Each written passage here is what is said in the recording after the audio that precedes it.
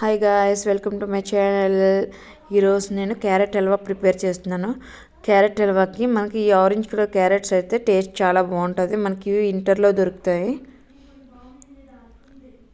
మేము ఉంటుంది జమ్మూ కాబట్టి మాకు వింటర్లో ఇవే క్యారెట్స్ దొరుకుతాయి. మనకు నార్మల్ క్యారెట్ దొరకవు అనమాట.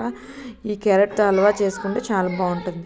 సో నేను హల్వా ప్రిపేర్ చేస్తున్నాను. ఫస్ట్ వాటర్లో నీట్గా క్లీన్ చేసుకున్న క్యారెట్స్ని పైన పీల్ చేసుకోవాలి. పీల్ చేసుకున్న తర్వాత మనం బాగా గ్రేట్ చేసుకోవాలి. మరి చిన్న హోల్స్ దగ్గర కాకుండా కొంచెం పెద్ద హోల్స్ దగ్గర గ్రేట్ చేసుకోవాలి. నెక్స్ట్ స్టవ్ మీద కడాయి పెట్టి కళాయిలో గీ యాడ్ చేసుకొని డ్రై ఫ్రూట్స్ ఫ్రై చేసుకోవాలి. డ్రై ఫ్రూట్స్ మనకు నచ్చిన డ్రై ఫ్రూట్స్ వేసుకోవచ్చు.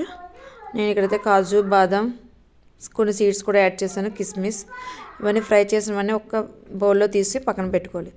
నెక్స్ట్ అదే గీలో మనం గ్రేట్ చేసుకున్న క్యారెట్ని యాడ్ చేసుకోవాలి. క్యారెట్ని యాడ్ చేసి దాన్ని బాగా మిక్స్ చేసుకోవాలి.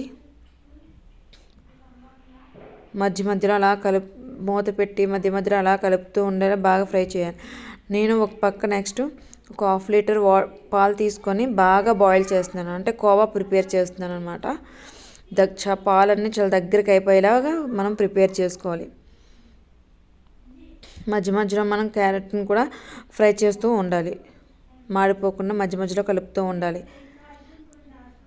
ఓ పక్క ఇది కూడా చూడండి, కోవా కూడా రెడీ అయింది, దగ్గరికి అయిపోయిందా. నెక్స్ట్ ఈ క్యారెట్లో ఒక గ్లాస్ పాలు యాడ్ చేసుకొని మనం చక్కగా ఉడికించుకోవాలి. గ్లాస్ పాలు యాడ్ చేసి బాగా మిక్స్ చేసి మూత పెట్టి మనం ఉడికించుకోవాలి. అది బాగా ఉడికిపోయిన తర్వాత నేను 1 కప్ షుగర్ యాడ్ చేయాలి. షుగర్ యాడ్ చేసి షుగర్ అంతా మెల్ట్ అయ్యేంత వరకు బాగా మిక్స్ చేసిన తర్వాత ఇందులో ఇలాచీ పౌడర్ యాడ్ చేసుకోవాలి. ఇలాచీ పౌడర్ కూడా యాడ్ చేసి బాగా ఫ్రై అయిన తర్వాత మనం ప్రిపేర్ చేసుకున్న కోవా కూడా ఇందులో యాడ్ చేసుకోవాలి.